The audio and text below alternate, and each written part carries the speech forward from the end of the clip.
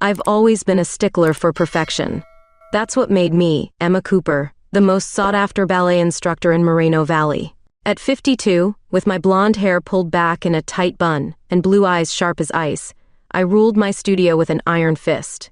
Again, I barked, watching my students wince as they repeated the same routine for the umpteenth time. As the last dancer filed out, I sighed, feeling the familiar ache of loneliness creep in. The studio, once alive with movement and music, now felt cavernous and empty. I moved to the bar, my reflection in the mirror a stark reminder of the years that had passed.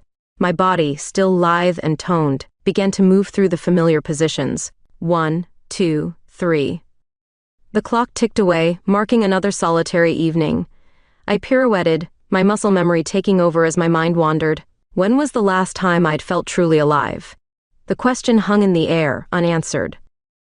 As I finished my routine, a flyer on the bulletin board caught my eye. Spring Carnival, it announced in garish colors. I scoffed. Carnivals were for children and tourists, not for serious artists like myself. And yet, the next evening, against my better judgment, I found myself walking through the carnival gates. The cacophony of sounds and riot of colors assaulted my senses. Children shrieked with delight, the air thick with the scent of cotton candy and popcorn. I wrinkled my nose, already regretting my decision. That's when I saw her.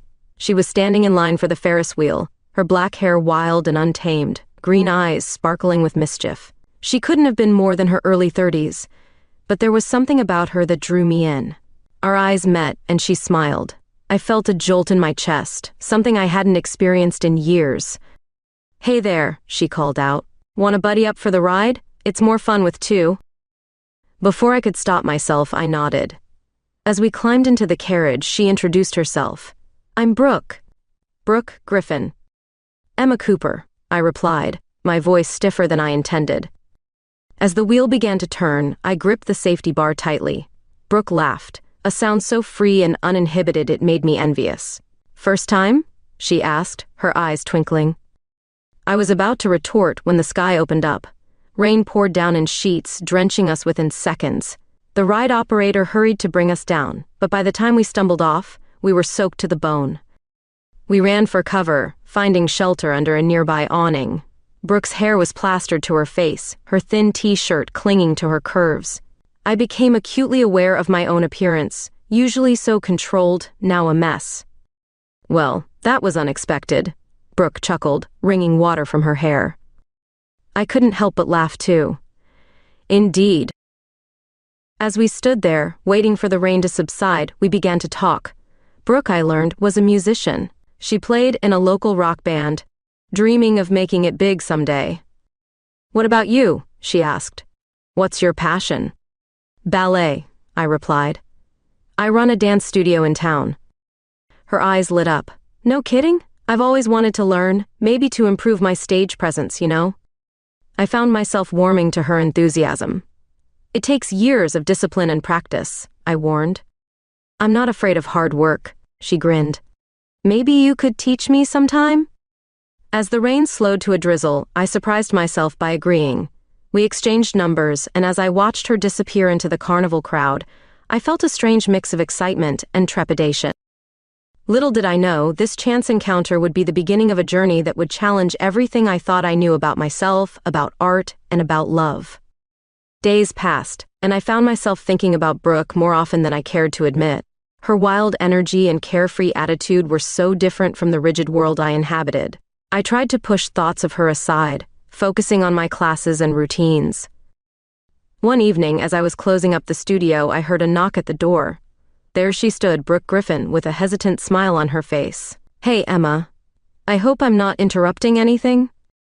I raised an eyebrow. "The studio's closed for the day." She ran a hand through her unruly black hair. "I know, I was hoping you might consider giving me those dance lessons we talked about." Something in her green eyes made me pause. Against my better judgment, I found myself opening the door wider. "Come in." As Brooke stepped into the studio, I couldn't help but notice how out of place she looked. Her ripped jeans and band t-shirt were a stark contrast to the pristine mirrors and polished bar. "So, this is where the magic happens," she grinned, spinning around to take it all in. I couldn't help but smile at her enthusiasm. Magic is one word for it. Hard work and discipline are others. We began with basic positions. I was surprised to find that Brooke was a quick learner, her body naturally graceful despite her rock and roll exterior. As I adjusted her posture, I couldn't help but notice the warmth of her skin under my hands. "You're a natural," I admitted, watching her execute a perfect play. Brooke beamed at the compliment. "I have a good teacher." Our eyes met in the mirror, and for a moment, I felt that same jolt I'd experienced at the carnival. I quickly stepped back, clearing my throat. "That's enough for today," I said, my voice a little shakier than I'd like. "Same time next week?" Brooke nodded eagerly. "Wouldn't miss it for the world." As she left, I found myself watching her go, a strange mix of emotions swirling in my chest. The weeks that followed fell into a pattern. By day, I taught my regular classes, maintaining my strict demeanor. But in the evenings, Brooke would appear, and the studio would transform into a different world. One night, as we were working on stretches, Brooke winced in pain. "Gosh, I didn't realize ballet was this intense," she groaned.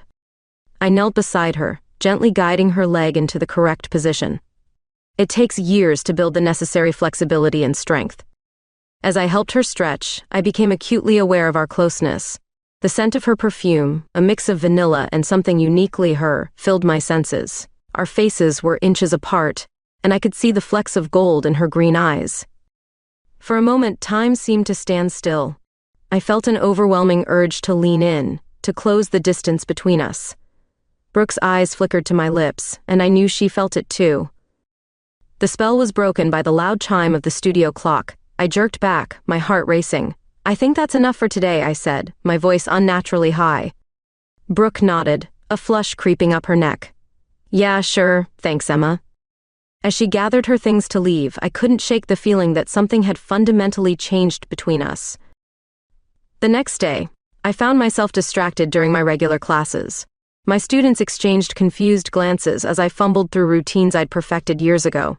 That evening, I stayed late at the studio, trying to lose myself in the familiar movements of ballet. As I danced, I caught sight of my reflection in the mirror. The woman staring back at me looked different somehow.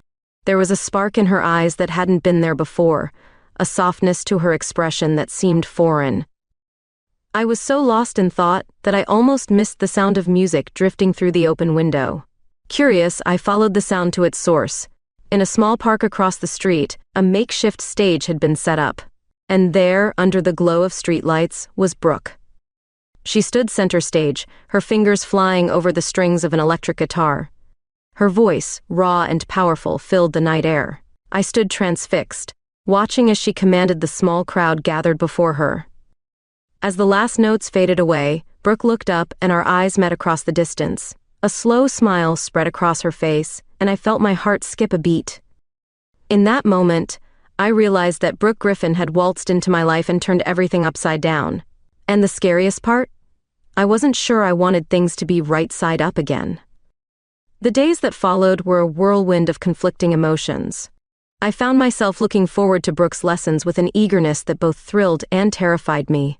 Our sessions had become a delicate dance of their own, filled with lingering touches and heated glances. One evening, as Brooke arrived for her lesson, I noticed a change in her demeanor. She seemed distracted, her usual easy smile replaced by a furrowed brow. "Everything all right?" I asked, trying to keep my tone casual. Brooke sighed, running a hand through her wild black hair. "Yeah, just band stuff. We've got a big gig coming up, and I'm worried about my stage presence." I felt a pang of something that might have been jealousy. "I'm sure you'll do fine. You have natural grace." She looked up at me, her green eyes intense. "That's all thanks to you, Emma. I was hoping. Maybe we could focus on something I could use on stage today." I nodded, an idea forming in my mind. "Follow me," I said, leading her to the center of the studio. I positioned myself behind her, placing my hands on her hips. "Close your eyes," I instructed, my voice low. I felt her shiver under my touch. "Now, forget about the steps, the routines. Just feel the music in your body." I began to hum softly, guiding her body in a gentle sway. Slowly, I felt the tension leave her muscles as she surrendered to the rhythm. That's it, I murmured, my lips close to her ear. Let the music flow through you. Brooke leaned back slightly, her body melding against mine. The air between us grew thick with unspoken tension. I could feel her heart racing. Or maybe it was my own. Suddenly, she spun around, her eyes flying open. We stood face to face, breathless, the space between us charged with electricity. "Emma," she whispered, her gaze dropping to my lips. For a moment, I thought she might kiss me. Part of me desperately wanted her to. But then the spell broke, and she stepped back, clearing her throat. "Thanks," she said, her voice husky. I think that'll help."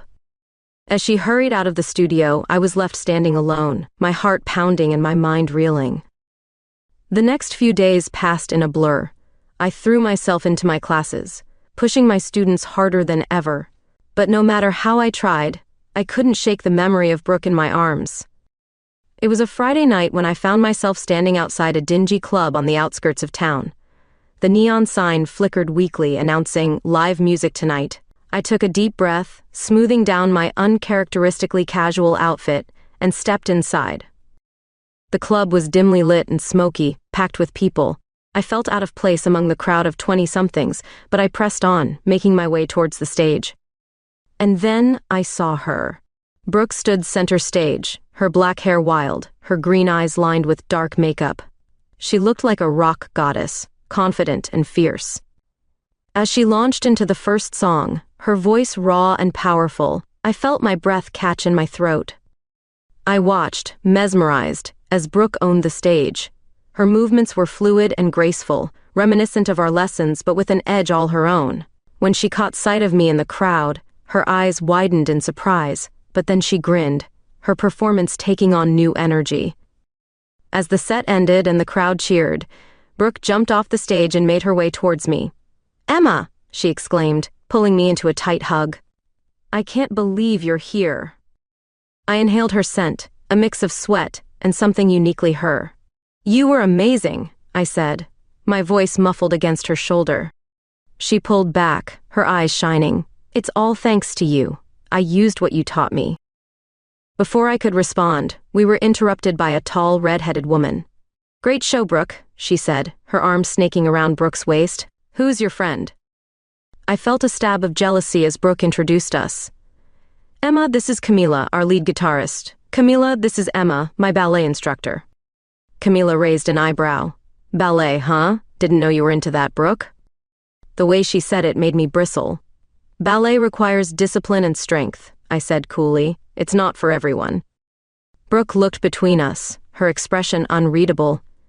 "Emma's an amazing teacher," she said softly. "She's taught me a lot." The tension in the air was palpable. Camila tightened her grip on Brooke's waist, and I felt a surge of possessiveness that surprised me. "Well," I said, forcing a smile, "I should be going. It's late and I have an early class tomorrow." "Emma, wait," Brooke started, but I was already turning away. As I stepped out into the cool night air, I felt a mix of emotions washing over me. Jealousy, confusion, and underneath it all, a longing that I couldn't ignore any longer. I realized then that what I felt for Brooke was more than just attraction. It was something deeper, something that terrified me, and I had no idea what to do about it. The days following Brooke's performance were a blur of conflicting emotions. I threw myself into my work, pushing my students harder than ever, trying to drown out the echoes of Brooke's voice in my head. But late at night, in the empty studio, I found myself reliving every moment we'd shared. It was during one of these late-night sessions that I heard a soft knock on the studio door. My heart leapt into my throat as I saw Brooke's silhouette through the frosted glass. "Emma?" Her voice was hesitant. "Can we talk?" I took a deep breath, steeling myself before opening the door. Brooke stood there, looking uncharacteristically vulnerable, her green eyes wide with uncertainty. "I'm sorry about the other night," she said, stepping inside. "I wanted to explain about Camila." I held up a hand, cutting her off. "You don't owe me any explanations, Brooke. Your personal life is your business." She shook her head, moving closer. "No, you don't understand. Camila and I were just bandmates, nothing more." The relief that washed over me was embarrassingly intense. I tried to keep my voice neutral as I asked, Why are you telling me this? Brooke's eyes met mine, and the intensity in them took my breath away. Because I think you know why, Emma. There's something between us, isn't there? The air in the studio suddenly felt charged with electricity. I found myself moving towards her, drawn by an invisible force. Brooke, I whispered. This is complicated. She reached out, her fingers brushing my cheek. It doesn't have to be. And then she was kissing me, and the world fell away. Her lips were soft, tasting faintly of cherry lip balm. I felt her hands tangle in my hair, loosening my usually impeccable bun. Without thinking, I pulled her closer, deepening the kiss. When we finally broke apart, both breathless, I felt dizzy with desire and fear. Brooke, I panted. We can't. I'm your teacher. She laughed softly, her forehead resting against mine. Emma, I'm a grown woman, and you're not exactly my school teacher. I knew she was right, but years of self-imposed rules and boundaries were hard to break. What about your music? Your band? Brooke's eyes sparkled with mischief. Who says I can't have both? Besides, I think you've got some hidden rock and roll in you, Emma Cooper. Before I could protest, she was pulling me towards the center of the studio. Dance with me, she said, her voice low and inviting. There's no music, I pointed out, even as I allowed her to guide me. Brooke just smiled, beginning to hum a slow, sultry tune. As we swayed together, her body pressed close to mine. I felt the last of my reservations melting away. Our dance slowly evolved, becoming more sensual with each passing moment. Brooke's hands traced patterns on my back, sending shivers down my spine. I found myself responding in kind, my fingers exploring the soft skin at the nape of her neck. When our lips met again, it was with a passion that took my breath away. We moved together, a tangle of limbs and desire, until we found ourselves on the studio floor, surrounded by the soft glow of the street lights filtering through the windows. What followed was a blur of sensation and emotion. Brooke's hands and lips seemed to be everywhere at once, igniting fires I thought had long since burned out. I lost myself in her, in the softness of her skin, the taste of her kisses, the sound of her sighs. Afterwards, as we lay tangled together on the studio floor, I felt a sense of peace I hadn't experienced in years. Brooke traced lazy patterns on my skin, her green eyes soft with affection. You okay? She asked, a hint of worry in her voice. I nodded, pulling her closer. More than okay, I murmured, pressing a kiss to her forehead. As the reality of what had just happened began to sink in, I felt a flutter of anxiety. Brooke, what are we doing? She propped herself up on an elbow, looking down at me with a serious expression. We're living, Emma. For the first time in a long time, I think we're both really living. Her words resonated deep within me. I realized that she was right. I had been existing, not living, for far too long. So, what happens now? I asked, my voice barely above a whisper. Brooke smiled, that wild, carefree smile that had first captured my attention. Now we make beautiful music together in every sense of the word. As we lay there, planning our future in whispered voices and gentle caresses, I felt a sense of excitement I hadn't experienced in decades. Brooke had waltzed into my life and turned everything upside down, and I was finally ready to embrace the chaos. The next few weeks were a whirlwind of stolen moments and secret rendezvous. By day, I maintained my strict facade at the studio, but my students began to notice a change. There was a new energy to my teaching, a passion that had been missing for years. Evenings were spent with Brooke, either at the studio or sneaking into her band's rehearsal space. I found myself drawn into her world of rock and roll, surprised by how much I enjoyed the raw energy of their music. One night, as we lay in each other's arms after a particularly passionate encounter, Brooke suddenly sat up, her eyes bright with excitement. I've got an idea, she said, her voice thrumming with energy. What if we combined our arts, ballet and rock? Imagine the possibilities. I laughed, pulling her back down beside me. You're crazy, I said, but my mind was already racing with the potential. As I drifted off to sleep that night, Brooke's warmth beside me, I realized that for the first time in years, I was looking forward to the future. Whatever challenges lay ahead, we would face them together, dancing to our own unique rhythm. As the weeks passed, Brooke and I settled into a rhythm of secret rendezvous and stolen moments. Our relationship blossomed in the shadows, hidden from the prying eyes of Moreno Valley. But, as with all secrets, ours was destined to see the light of day. The first whispers started among my students. I caught them exchanging glances and hushed giggles during class. At first, I dismissed it as typical teenage behavior, but then I overheard a snippet of conversation that made my blood run cold. "Did you see Miss Cooper at the club last night? She was all over that rocker chick." I froze, my heart pounding. I'd been careful, we both had. But in a small town like ours, secrets had a way of spreading like wildfire. That evening, as I was locking up the studio, I was confronted by Mrs. Jameson, one of the more conservative dance moms. "Miss Cooper," she began, her voice dripping with false sweetness, "I hope you don't mind me asking, but there have been some concerns raised by other parents." I steeled myself, keeping my face neutral. "Oh? What kind of concerns?" Mrs. Jameson's eyes narrowed. "Well, there are rumors about your personal life. Some feel it might not be appropriate for someone in your position." The implication was clear. I felt a surge of anger, but I kept my voice calm. "My personal life is just that, Mrs. Jameson. Personal. It has no bearing on my ability to teach dance." She pursed her lips, clearly unsatisfied with my response. "Perhaps, but perception is everything, Miss Cooper. You might want to consider that." As she walked away, I leaned against the studio door, my mind racing. I'd known this day might come, but I hadn't expected it to hit me quite so hard. Later that night, I met Brooke at our usual spot, a secluded corner of the local park. As soon as she saw my face, she knew something was wrong. "Emma, what happened?" she asked, pulling me close. I buried my face in her neck, inhaling her comforting scent. "They know," I mumbled, "about us." Brooke stiffened for a moment, then relaxed, her hand rubbing soothing circles on my back. "Okay," she said softly. "So they know. What do you want to do?" I pulled back, searching her face. "You're not worried?" She shrugged, a small smile playing on her lips. "Emma, I've never been one to care much about what others think. The question is, do you?" Her words hit me like a splash of cold water. Did I care? I'd spent so many years cultivating a certain image, living up to others' expectations. But now, with Brooke, I felt more alive than I had in decades.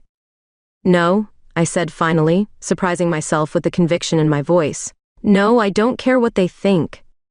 Brooke's smile widened, and she pulled me in for a kiss that left me breathless. "That's my girl," she whispered against my lips. The next few days were tense. I could feel the stares and whispers following me wherever I went. Some of my students' parents pulled them out of class, citing vague reasons about different teaching styles. But for every parent who left, there were others who stayed, some even going out of their way to express their support. It was a revelation, realizing that not everyone in our small town was as close-minded as I'd feared. Brooke, meanwhile, was facing her own challenges. Word had spread to the local music scene, and not everyone was accepting of our relationship. One night, after a particularly rough gig where the crowd had been less than welcoming, Brooke showed up at my apartment, her eyes red-rimmed. "They want me out of the band," she said, her voice cracking. "Camila says I'm bad for their image now." I pulled her into my arms, feeling a surge of protectiveness. "Oh, Brooke," I murmured, stroking her hair. "I'm so sorry. This is all my fault." She pulled back, her green eyes fierce despite the tears. "Don't you dare apologize, Emma Cooper. You're the best thing that's ever happened to me." We spent that night talking, planning, dreaming, and as the sun rose, painting the sky in shades of pink and gold, we made a decision. "Let's do it," I said, my voice firm. "Let's combine our arts, ballet and rock. Show them all what we can do together." Brooke's face lit up, her smile brighter than the dawn. "Really? You mean it?" I nodded, feeling a surge of excitement. "It's time to stop hiding, Brooke. Let's create something beautiful, something that's uniquely us." The next few weeks were a whirlwind of activity. We spent every spare moment choreographing, composing, rehearsing. I reached out to my most open-minded students, inviting them to be part of our unconventional performance. Word spread quickly about our upcoming show. The conservative elements of the town were scandalized, but there was also an undercurrent of curiosity and excitement.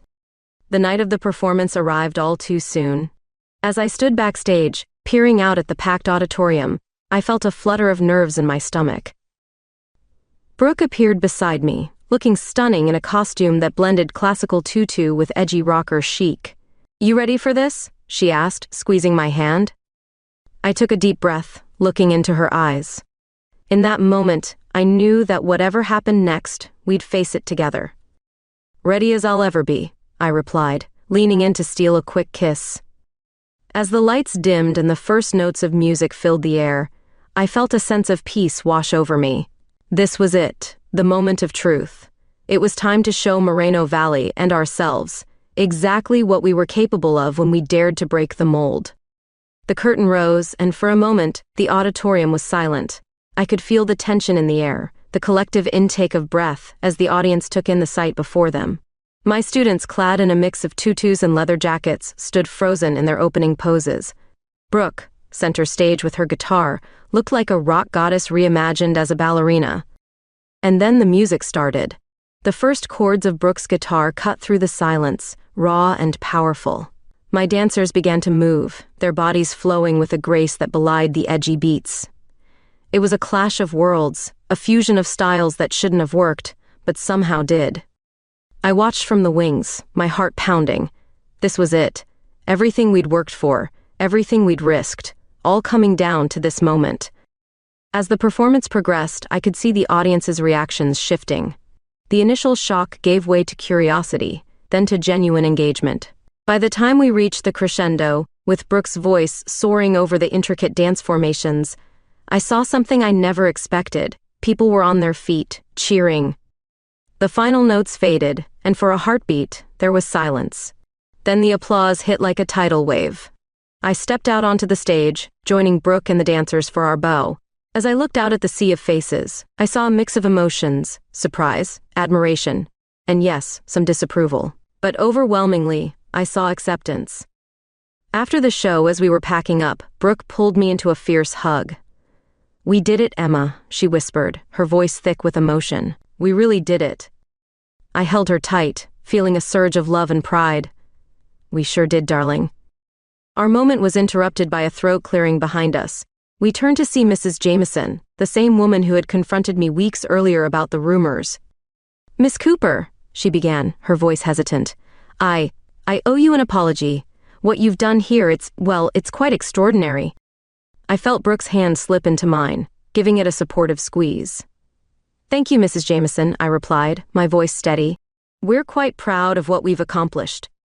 Mrs. Jameson's eyes flickered to our joined hands, but she simply nodded. "As you should be. I look forward to seeing what you'll do next." As she walked away, Brooke let out a low whistle. "Well, I'll be damned. Looks like we've won over the toughest critic in town." I laughed, feeling lighter than I had in years. One down, a whole town to go. The next few days were a whirlwind. News of our performance spread like wildfire through Moreno Valley and beyond. Local papers ran headlines like, "Ballet meets rock, a revolutionary performance," and "Local artists break boundaries." Not all the attention was positive, of course. There were still those who disapproved, who thought our relationship and our art were somehow wrong. But for every negative comment, there seemed to be two positive ones. One afternoon, as Brooke and I were having coffee at our favorite local cafe, a young girl approached our table. She couldn't have been more than 16, with dyed blue hair and a shy smile. "Excuse me," she said, her voice barely above a whisper. "I just wanted to say, your show, it was amazing. I've never seen anything like it." Brooke grinned, her green eyes sparkling. "Thanks, kid. That means a lot." The girl hesitated, then blurted out, "And it's really cool to see, people like you, together. It makes me feel like maybe I can be myself too." I felt a lump form in my throat. "You absolutely can," I said, reaching out to squeeze her hand. "Don't ever let anyone tell you otherwise." As the girl walked away, visibly more confident, Brooke turned to me with a soft smile. "Looks like we're making a difference, Emma." I nodded, feeling a mix of pride and humility. "I guess we are." That evening, as we were walking hand in hand through the park, we ran into Camila, Brooke's former bandmate. There was an awkward moment of tension before Camila broke the silence. "Hey," she said, scuffing her boot on the ground. I saw your show. It was really something." Brooke tensed beside me, but her voice was calm when she replied, "Thanks, Cam." Camila took a deep breath. Look, I was wrong, okay? About you, about all of this. I'm sorry. I could feel the emotion radiating from Brooke. This was more than just an apology. It was a chance to mend a friendship. Water under the bridge, Brooke said, her voice a little rough. Maybe we could grab a coffee sometime? Catch up? Camila's face lit up. Yeah, I'd like that. As we watched her walk away, I turned to Brooke. You okay? She nodded, a small smile playing on her lips. Yeah, I am. It feels good, like everything's finally falling into place. I leaned in, pressing a soft kiss to her lips. I know exactly what you mean. That night, as we lay tangled together in bed, I found myself reflecting on the journey that had brought us here. From that first meeting at the carnival to the stage of our groundbreaking performance, it had been a wild ride. Penny for your thoughts? Brooke murmured, her fingers tracing lazy patterns on my skin. I smiled, pulling her closer. Just thinking about how lucky I am. How much my life has changed since I met you. Brooke propped herself up on an elbow, her green eyes serious. Do you ever regret it, taking this leap with me? I reached up, cupping her face in my hand. Not for a second. You've shown me how to live again, Brooke. How to take risks. How to love without fear. She leaned down, capturing my lips in a kiss that left me breathless. When we finally parted, she whispered, I love you, Emma Cooper. I love you too, Brooke Griffin, I replied, my heart full to bursting. As we drifted off to sleep, I felt a sense of peace wash over me. Whatever challenges lay ahead, I knew we'd face them together, dancing to our own unique rhythm. The months following our groundbreaking performance were a whirlwind of change and growth.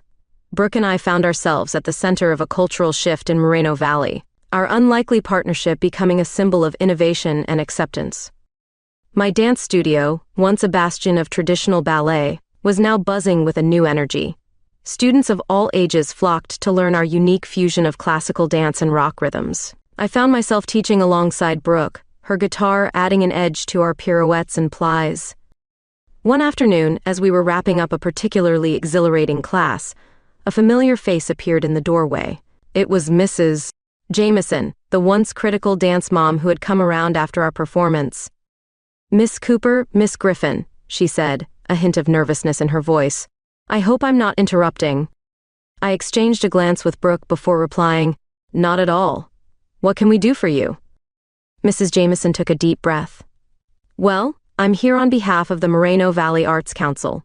We've been watching your work, and we'd like to offer you a grant to expand your program. I felt Brooke's hand slip into mine, squeezing tightly. A grant? I repeated, hardly daring to believe it. Mrs. Jameson nodded, a small smile playing on her lips. We believe what you're doing here is important. It's bringing new life to our art scene, attracting younger generations. We want to support that. As she laid out the details, I felt a mix of excitement and trepidation. This was an incredible opportunity, but it also meant stepping even further into the spotlight. After Mrs. Jameson left, Brooke turned to me, her green eyes sparkling with excitement. Emma, do you realize what this means? We could really make a difference here. I nodded, still processing. It's amazing, but are we ready for this? Brooke's face softened. She reached up, tucking a stray strand of hair behind my ear. Hey, where's my fearless ballet mistress? The one who took a chance on a scrappy rocker? I couldn't help but smile. She's here, just a little overwhelmed. Brooke leaned in, pressing a soft kiss to my lips. We've got this, Emma, together. That night, we celebrated over dinner at our favorite little Italian restaurant. As we clinked glasses, I found myself marveling at how far we'd come. You know, Brooke said, a mischievous glint in her eye. If someone had told me a year ago that I'd be dating a ballet instructor and revolutionizing the local art scene, I'd have told them they were crazy. I laughed, feeling a warmth spread through my chest. And if someone had told me I'd fall in love with a rock musician and start incorporating electric guitar into my classes, I'd have had them committed. Brooke reached across the table, taking my hand. Life's full of surprises, huh? As we walked home hand in hand, the warm summer night air filled with the sounds of crickets and distant music, I felt a sense of contentment wash over me. This was everything I never knew I wanted. The next few weeks were a flurry of activity as we prepared to launch our expanded program. We held auditions, bringing in talented dancers and musicians from all over the county. The energy in the studio was electric, a palpable sense of excitement in the air. One evening, as we were working late, fine-tuning a particularly challenging sequence, I caught sight of our reflection in the mirror. Brooke, her guitar slung across her back, was demonstrating a rock step to one of our ballet dancers. Her face was animated, her hands moving expressively as she explained the rhythm. I watched, mesmerized, as the dancer picked up the step, her classical training blending seamlessly with the edgier movement. It was beautiful, this fusion of styles, of worlds. Brooke must have felt my gaze because she looked up, catching my eye in the mirror. She winked, a slow smile spreading across her face, and I felt my heart skip a beat. Even after all this time, she still had that effect on me. Later that night, as we lay tangled together in bed, Brooke propped herself up on an elbow, her expression suddenly serious. "Emma," she said, her voice soft. "I've been thinking." I felt a flutter of nerves in my stomach. "Oh? About what?" She took a deep breath. "About us, about the future. I know we haven't really talked about it, but I want you to know that I'm all in. This, us, it's not just some passing phase for me." I reached up, cupping her face in my hand. "Oh, Brooke, it's not a passing phase for me either. You're it for me, you know that, right?" Her smile was radiant. "Yeah?" "Yeah," I whispered, pulling her down for a kiss. As our kisses deepened, I felt a familiar heat building between us. Brooke's hands roamed my body, leaving trails of fire in their wake. I arched into her touch, losing myself in the sensation. Our lovemaking that night was slow and tender, a reaffirmation of our commitment to each other. As we lay in the afterglow, Brooke's head resting on my chest, I felt a sense of peace wash over me. "Hey, Emma?" Brooke murmured, her voice heavy with sleep. "I love you. Like, really, really love you." I pressed a kiss to the top of her head, my heart full to bursting. "I really, really love you too, Brooke." As I drifted off to sleep, I found myself thinking about the future. The road ahead might not always be smooth, but with Brooke by my side, I was ready for whatever challenges we might face. The next morning, we arrived at the studio early, ready to start another day of rehearsals. As I watched Brooke tune her guitar, chatting animatedly with one of our dancers, I felt a surge of pride and love. This was our life now, a beautiful, chaotic blend of ballet and rock, of discipline and rebellion. And I wouldn't have it any other way. As the seasons changed and our innovative arts program flourished, Brooke and I found ourselves settling into a new rhythm of life. Our days were filled with the joyous chaos of teaching, creating, and performing, while our nights were a haven of quiet intimacy and shared dreams. One crisp autumn morning, as we were setting up for class, Brooke suddenly turned to me, her green eyes alight with excitement. "Emma, I've got an idea." I couldn't help but smile. Brooke's ideas had a tendency to turn our world upside down in the most wonderful ways. "Oh? Do tell." "What if we took our show on the road? A tour, showcasing our fusion of ballet and rock across the country." I felt a mix of exhilaration and trepidation at the thought. "A tour? That's a big step, Brooke." She nodded, her expression earnest. "I know. But think about it. We could inspire people beyond Moreno Valley, show them that art has no boundaries." As I mulled over the idea, I realized that the thought didn't terrify me as it once might have. In fact, I felt a thrill of anticipation. "You know what? Let's do it." Brooke's face lit up, and she pulled me into a tight embrace. "Really? You mean it?" I laughed, pressing a quick kiss to her lips. "Really? Let's show the world what we can do." The next few months were a whirlwind of planning and preparation. We auditioned dancers and musicians, choreographed new pieces, and reached out to venues across the country. It was exhausting, exhilarating work, but we threw ourselves into it with passion. As the day of our departure approached, I found myself reflecting on how much had changed. 2 years ago, I was a rigid ballet instructor, set in my ways and closed off to new experiences. Now, here I was, about to embark on a national tour with the love of my life, showcasing a completely new form of art. The night before we were set to leave, Brooke and I decided to take a walk through the carnival grounds where we'd first met. The Ferris wheel loomed above us, its lights twinkling in the twilight. "Want to take a ride for old time's sake?" Brooke asked, a mischievous glint in her eye. I nodded, feeling a flutter of nostalgia as we climbed into the carriage. As we ascended, Brooke's hand found mine, our fingers intertwining. At the top, with the lights of Moreno Valley spread out below us, Brooke turned to me. "Emma," she said, her voice unusually serious, "there's something I want to ask you." My heart skipped a beat as she reached into her pocket, pulling out a small velvet box. "I had this whole speech planned," she said with a nervous laugh, "but now that we're here I can't remember a word of it. So I'll just say this, Emma Cooper, you've changed my life in ways I never thought possible. You've shown me what it means to truly live, to create, to love without fear."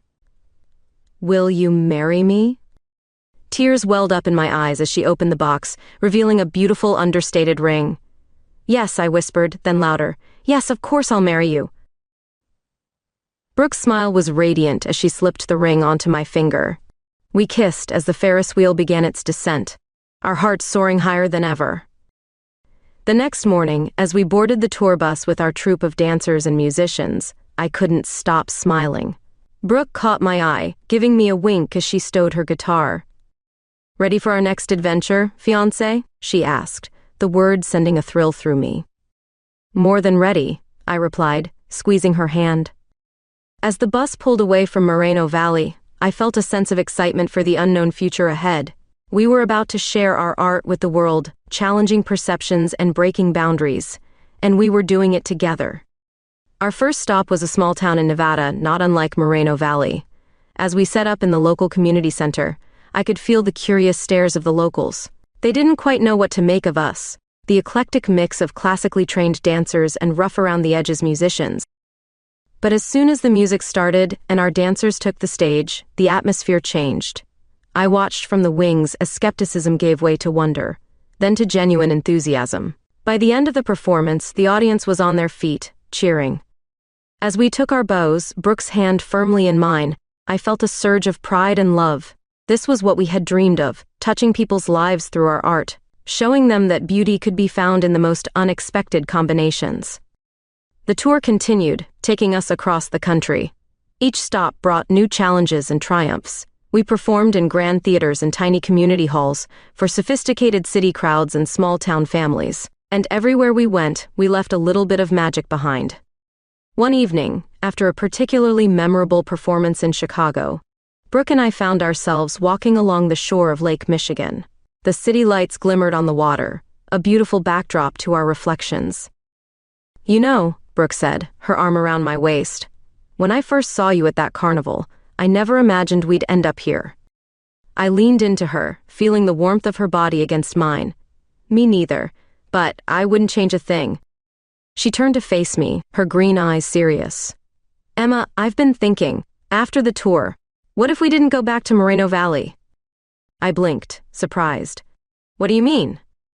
"I mean, what if we took this show international? Europe, Asia, wherever the road takes us.